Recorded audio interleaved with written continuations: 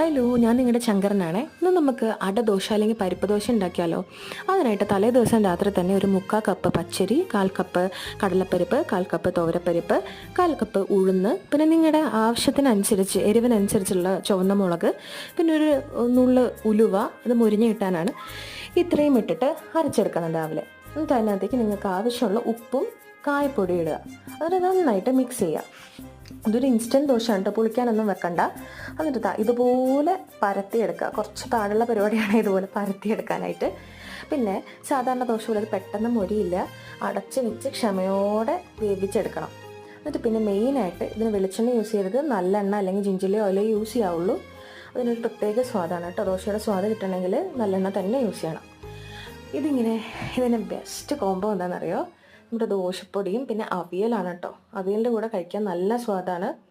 അപ്പം എല്ലാവരും do try.